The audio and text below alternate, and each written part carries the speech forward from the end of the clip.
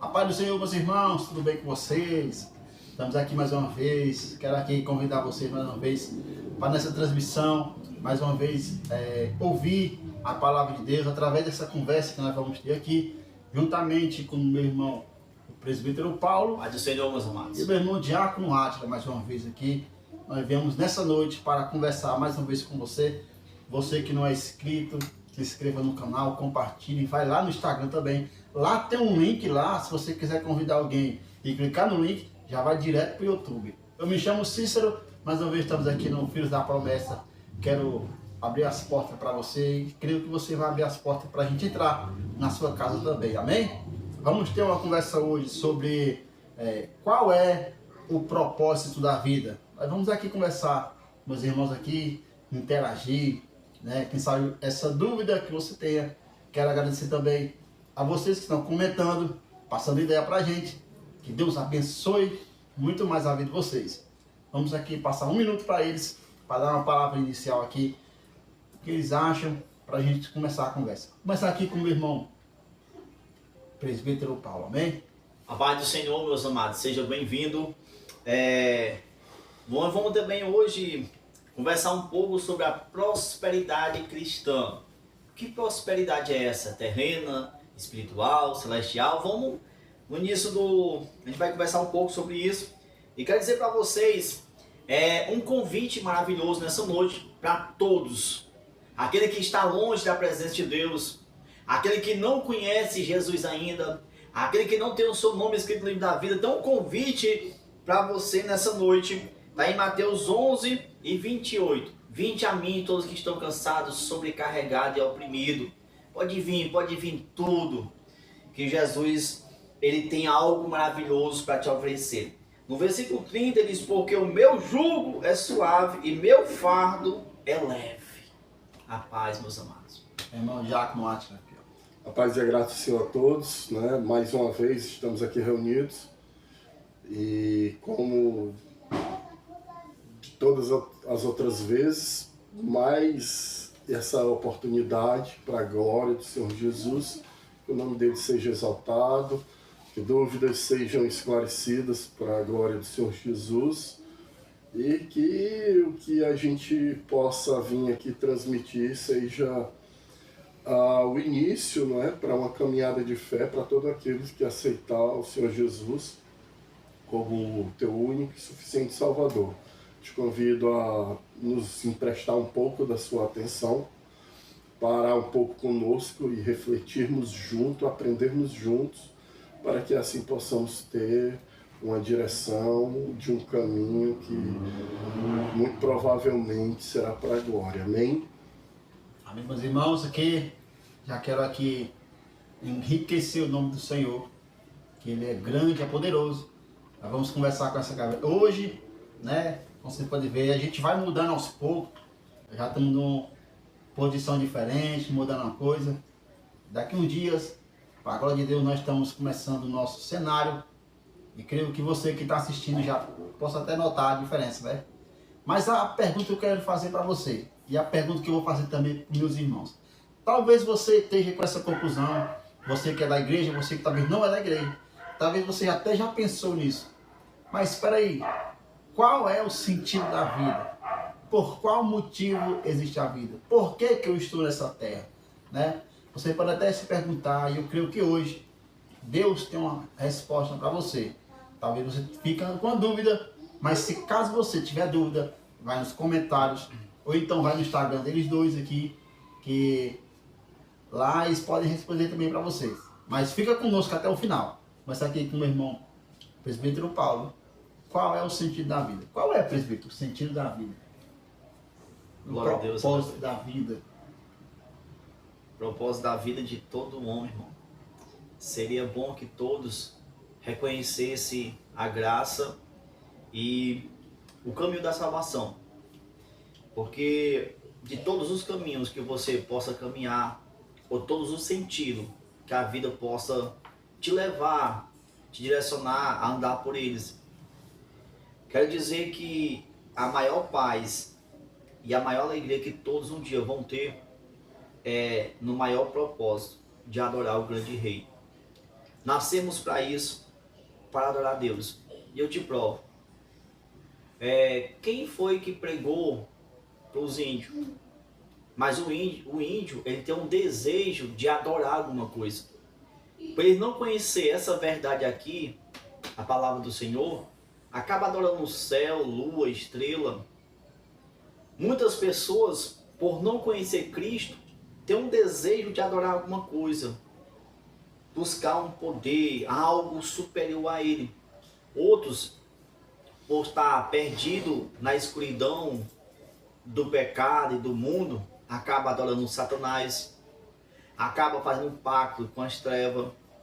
Outros, na sua ignorância, pelo mesmo fato de não conhecer essa riqueza maravilhosa, a qual liberta o homem dos seus pecados, da ignorância, de tudo, acaba adorando um pedaço de gesso, um pedaço de pedra, e faz aquele objeto como fosse o seu Deus.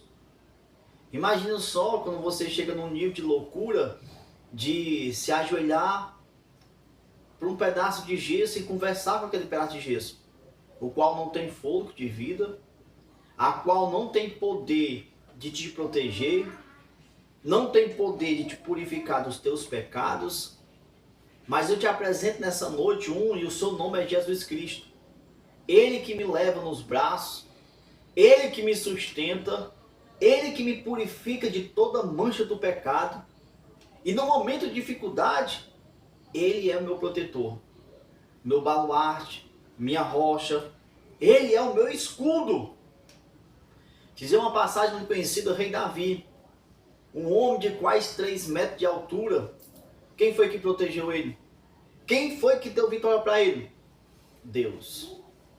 Esse é o Deus que eu quero te mostrar para você essa noite. Você tem um propósito e um sentido na sua vida para você caminhar uma direção, se chama Jesus Cristo. Para você, Tiago Martins, qual é o propósito da vida? É uma pergunta que talvez, eu pudesse passar aqui 2, 3 dias para conseguir completar essa resposta. Porém, de forma bem resumida mesmo, é por aí, como o presbítero acabou de falar. Nós vemos no Gênesis, capítulo 1, a partir do verso 27, quando estamos lá, se não me falha a memória, capítulo 2 e verso 11, vamos ver uma criação, a formação do homem, do ser humano. E o projeto inicial de Deus é: façamos o homem à nossa imagem e semelhança, para resplandecer a glória de Deus para toda a criação. Quando continuamos ali caminhando no Gênesis, nós vemos ali em Gênesis 1 e 27 que o homem foi feito e foi determinado para ele que governasse. Então, surge daí uma primeira pista de como seria esse governo, E aí nós vamos ver que ele diz: governe. Aí ele diz sobre animais aquáticos e terrestres, do ar, que voam, que se rastejam, etc. Ele continua dizendo: tem autoridade. Então nós vamos lá para Apocalipse capítulo 1, na parte B do verso 6, ele diz: vocês foram chamados para serem reinos e sacerdotes. Então, novamente vem a palavra ali, reino, que quer dizer, tem um sentido de governo, Autoridade. De autoridade, não é uma autoridade política, uma autoridade de impor regras, de respeito, de poder. E o sacerdócio, aquele que faz um link entre a criação e o Criador, aquele que é capaz de apresentar as petições, de intercessão, de interceder por aqueles que são necessitados. Então há esse chamado, há esse propósito. Porém, sobre tudo, e a gente tem vários escritos em toda a Bíblia, mas tem um que me chama mais atenção, que é o capítulo 1 de Efésios, a partir do verso 12, ele diz assim, Efésios 1 e 12, ele diz assim, ó, a fim de que nós, os que primeiros esperamos em Cristo. Porque a carta era para ter sido escrita para judeus. Porque João 1 e 12 vai dizer que o Senhor, esse Cristo, qual Paulo está escrevendo aos Efésios, João diz que ele veio para os seus, porém os seus não receberam, não aceitaram. Então, Paulo está dizendo aqui, ó, a fim de que nós, primeiro, esperamos em Cristo. Então ele está falando não para os judeus agora, mas sim para os gentios. E a palavra gentil, na verdade, não é só estrangeiro, não é só povos fora de Israel, mas são os pagãos mesmo da época, aqueles que outrora eram escravos da adoração que o Paulo acabou de falar, de vários deuses. Mas fomos nós, os gentios, os pagãos, que primeiro nos convertemos, que primeiro aceitamos. É isso. E a nós foi dado o nome de igreja. Né? Então, a nós, primeiro, os que aceitamos Cristo, sejamos para o louvor da sua glória. Então, aqui, o texto paulino, ele deixa fartamente esclarecido que a nossa conversão, e a conversão é o quê?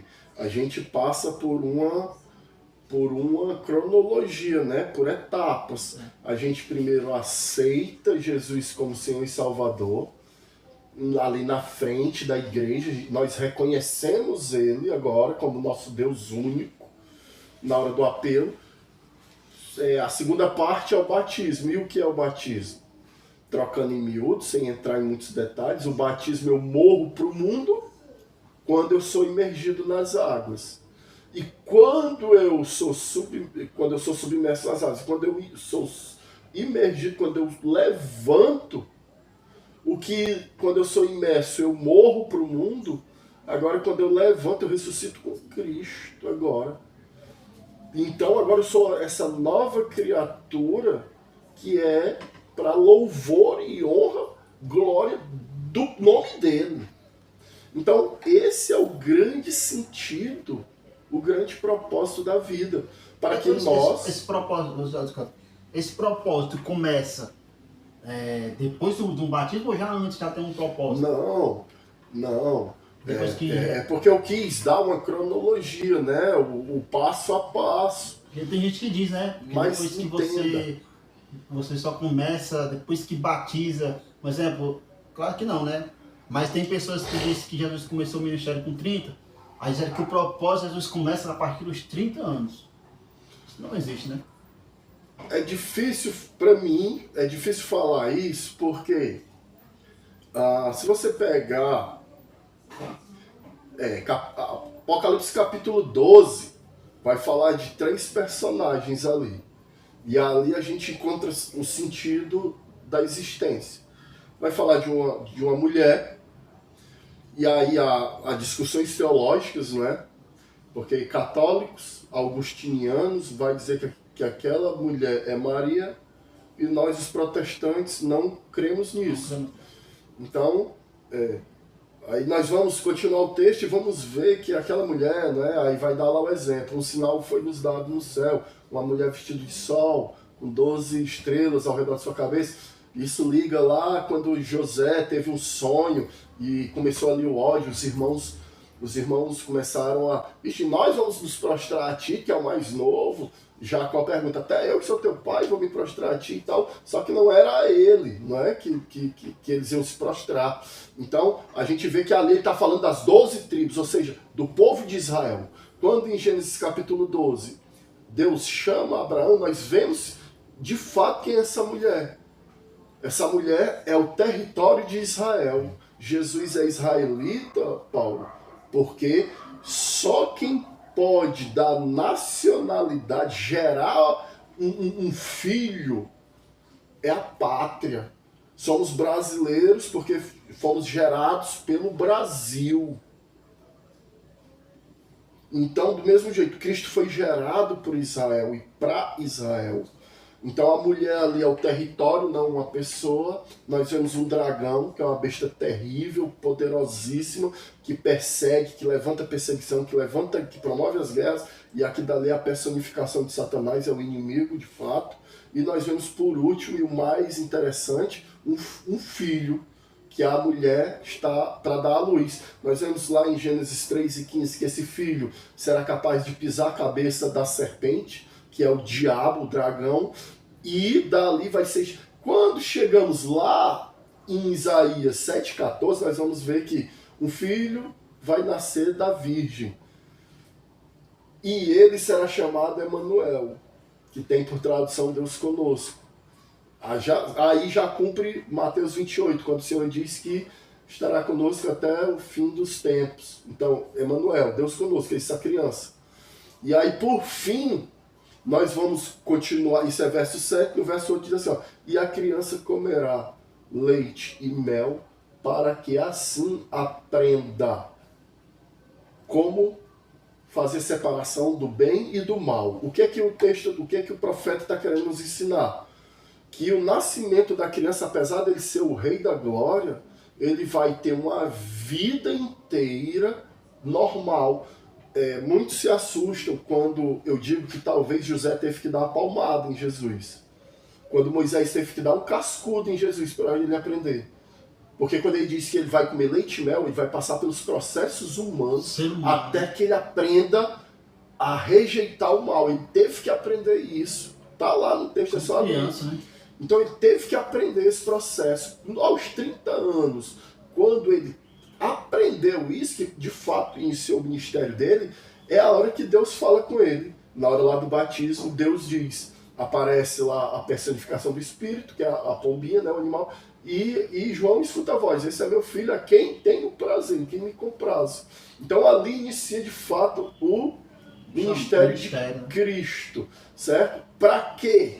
Para a glória de Deus. Então a vida, como está dizendo Paulo, como tudo isso que eu estou falando, a rejeição, quando um de nós rejeita o pecado, isso é o grande louvor a Deus. Quando algum de nós rejeita a vida de antes e se entrega a Jesus como nosso único e suficiente Salvador, isso é para a glória de Deus, isso é louvor a Deus. Então o propósito da vida é isso, rejeitando os nossos pecados, nós conseguimos entoar um louvor agradável, glorificando o nome dele. Então quer dizer, Paulo, me diga uma coisa, já pegando um gancho aí de Jesus, que o nosso irmão falou, a Bíblia fala de um homem chamado Jeremias, né? Jeremias, a Bíblia diz que o Senhor fala com ele, que antes que ele se formasse, o Senhor já conhecia ele, né?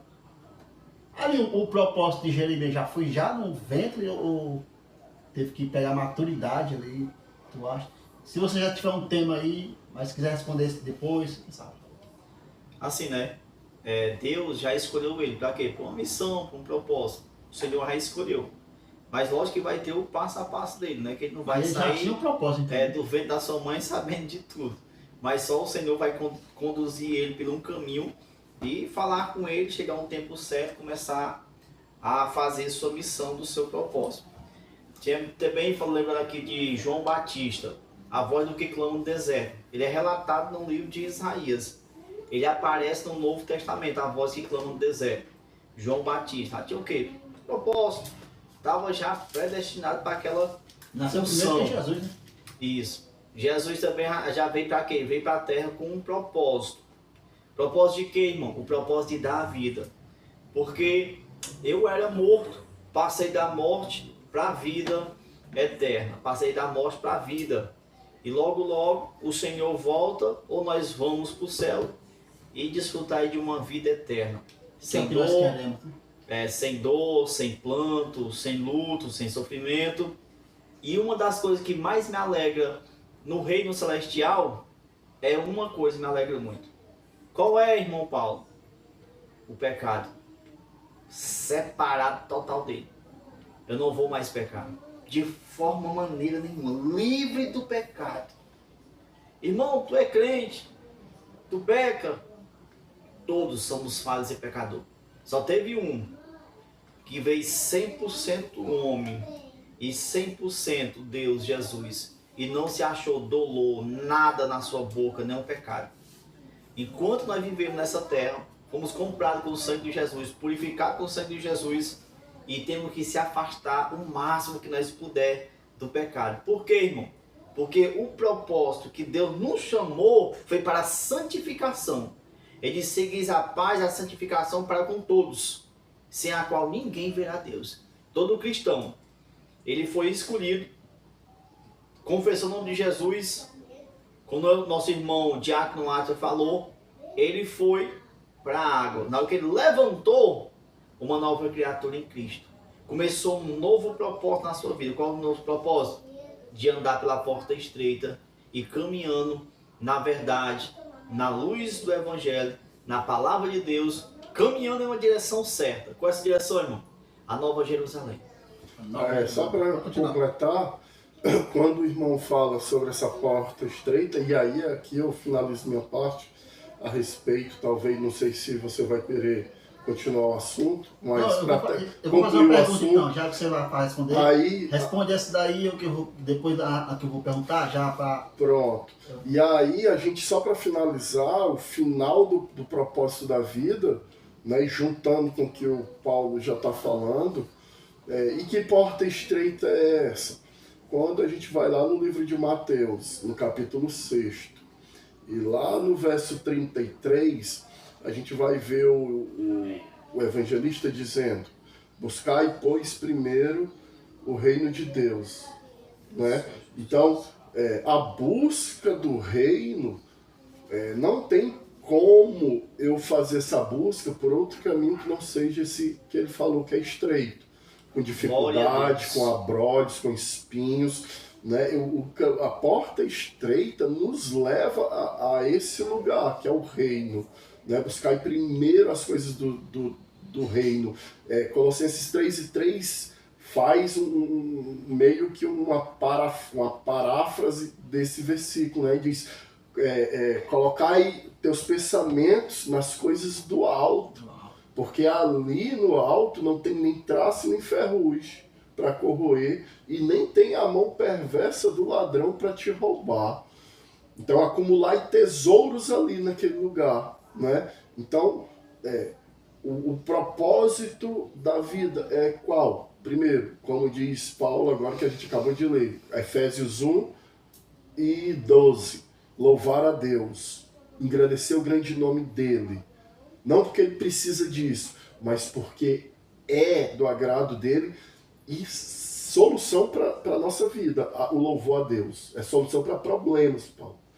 É solução para problemas. O louvor que eu entrego a Deus é solução para os meus problemas. Qual é o meu problema? Pecado e morte.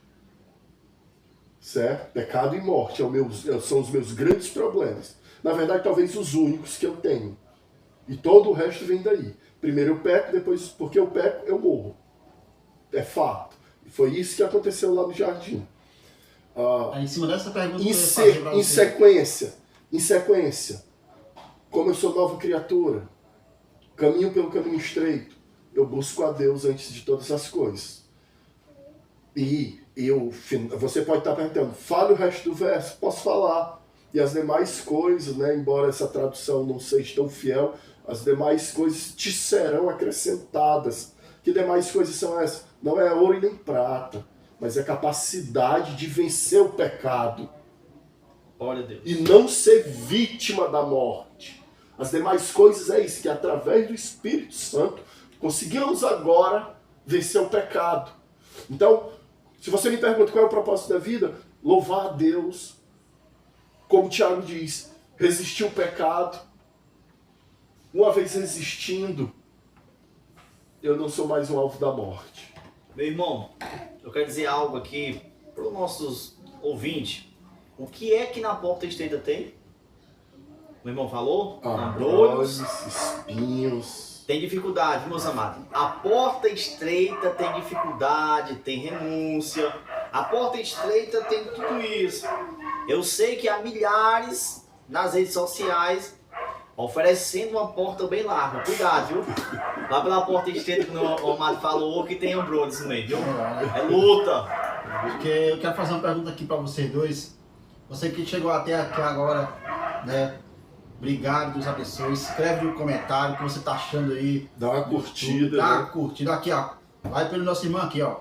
Dá uma curtida, compartilha e deixa Deus te usar aí. Tem gente que já, com certeza vocês dois já ouviram isso. Essa pergunta é para vocês dois. Tem gente que diz assim: eu nasci nesse mundo para sofrer. Eu nasci nesse mundo para morrer.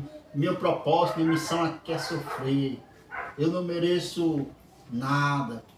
Vocês acham que é um propósito, um sofrimento desse? Assim, ó, de fato, entre aspas, o homem traz sofrimento para a sua vida, né? Mas com o versículo que eu li de início, Jesus quer dar o quê para o ser humano? Um fardo leve. Jesus quer oferecer algo leve para a humanidade. Um jugo suave para a humanidade. Porque o pecado é uma consequência e um fardo muito pesado que o homem não pode levar.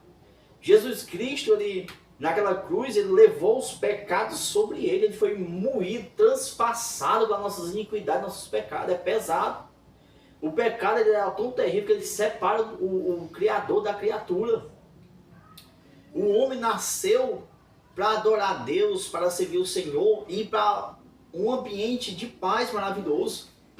Mas contudo, não endureça o teu coração, ouça a voz de Deus, se desfaça do pecado, confesse, corra hoje, agora mesmo para Jesus Cristo e tenha essa nova história na sua vida, esse novo caminho, essa nova direção. Tenha um fardo leve, um jugo suave através de Jesus Cristo. Ele quer dar isso para você, meu amado. Não queira o peso do pecado, mas queira o jugo suave e leve de Jesus. E ele ainda deu a dica de quem é que dá o fardo pesado, né? Jesus. Os fariseus lá, ele disse lá, não foi?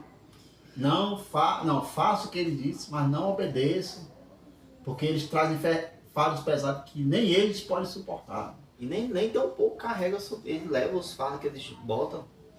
Eu tenho uma opinião um pouquinho diferente, apesar de não discordar, eu não estou discordando.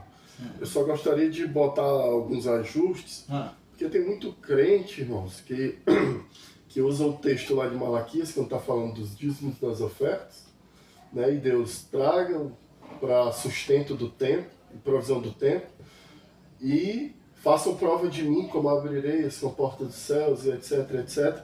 E aí muitos crentes hoje, não é, 2025 anos depois, quase 3.000 anos depois que esse texto foi escrito, até hoje tem crente que, como está ali na teologia da prosperidade, eles jogam só esse trechozinho, que façam prova de mim. E aí, a Bíblia mesmo manda fazer prova de Deus. Não tem nada a ver, o contexto está todo errado. Perceba, eu vou responder a pergunta, eu incluí uma coisinha aí, mas só para ter um contexto.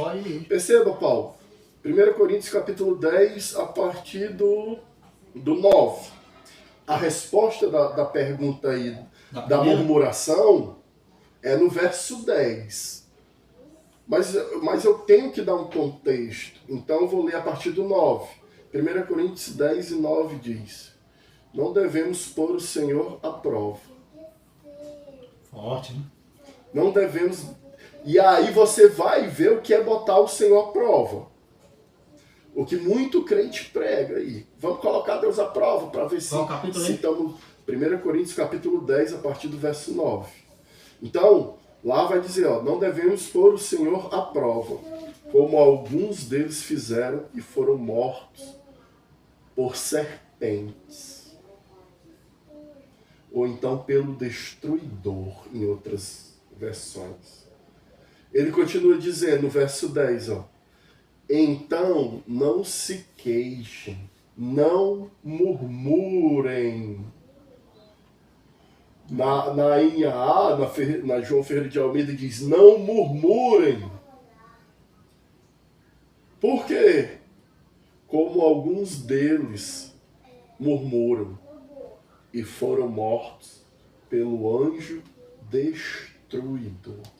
Então, palavras iguais a essa que você começou a pergunta, de irmãos que vivem se queixando, murmurando, se maldizendo, reclamando, só causa um resultado.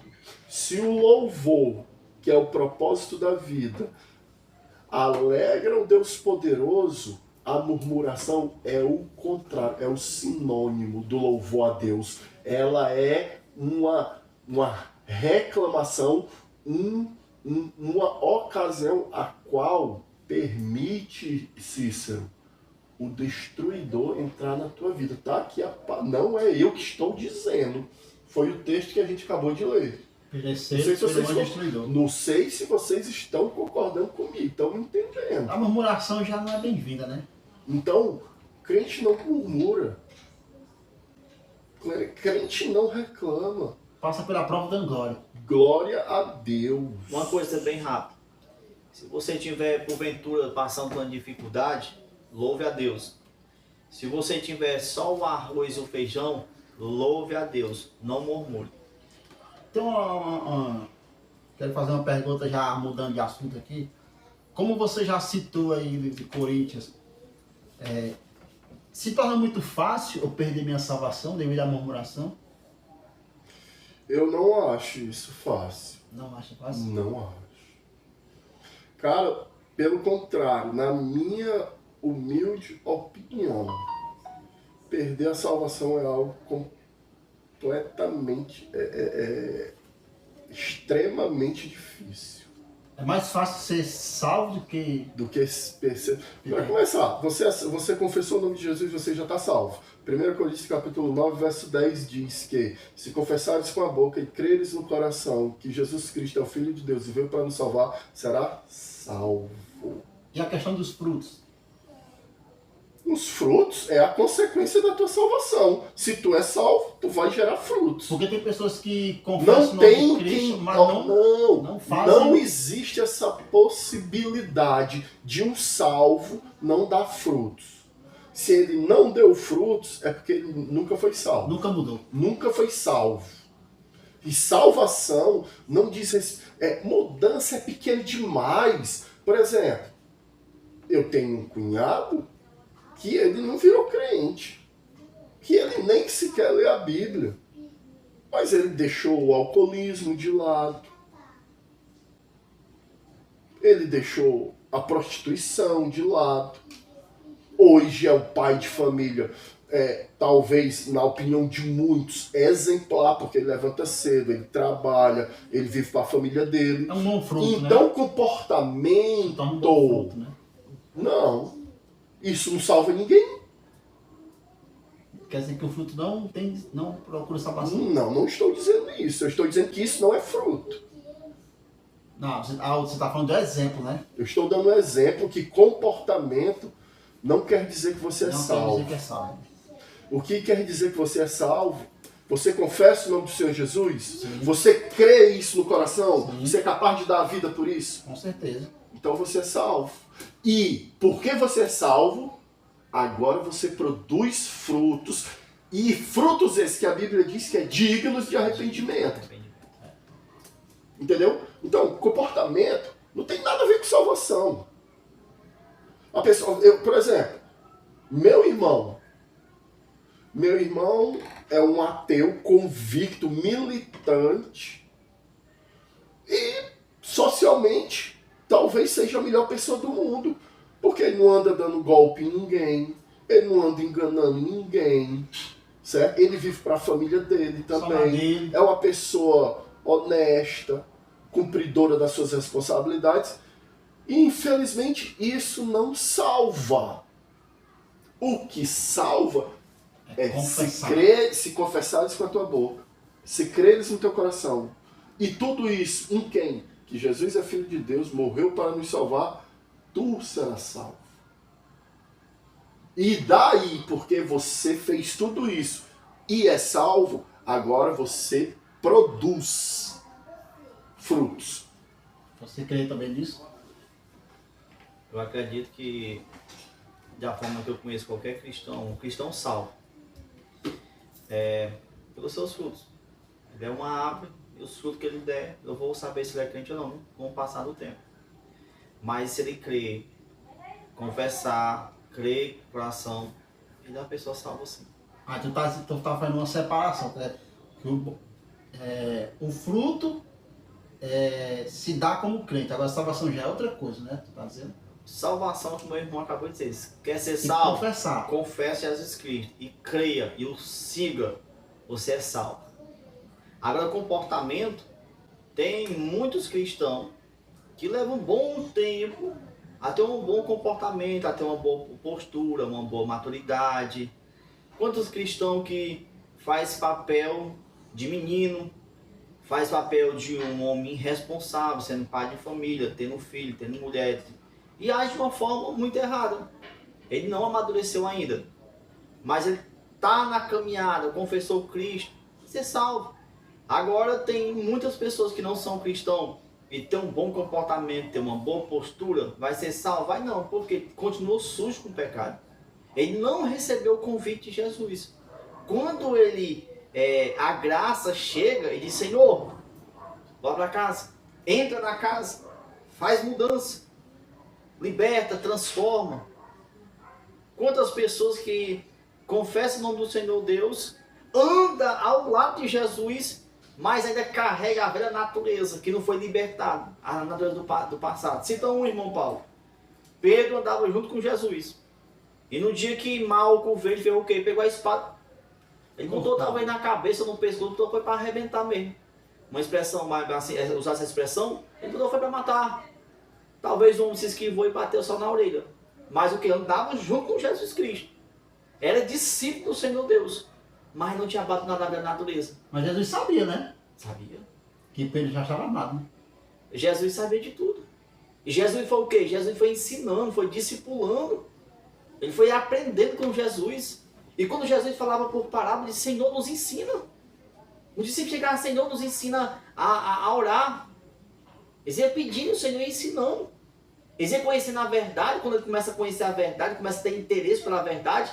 Quando você começa a ter interesse pela verdade, começa a examinar a verdade, começa a andar perto da verdade, não sei o que, liberto, transformado.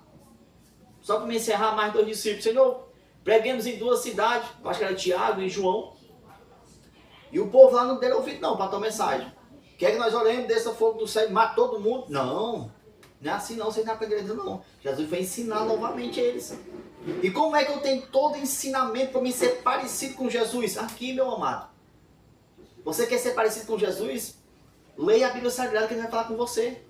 Ele vai te ensinar que você deve ser manso, que você deve ser longânimo, que você deve ser pacificador, Humilde. que você deve ser manso, que você deve ser humilde, que você deve amar, deve perdoar.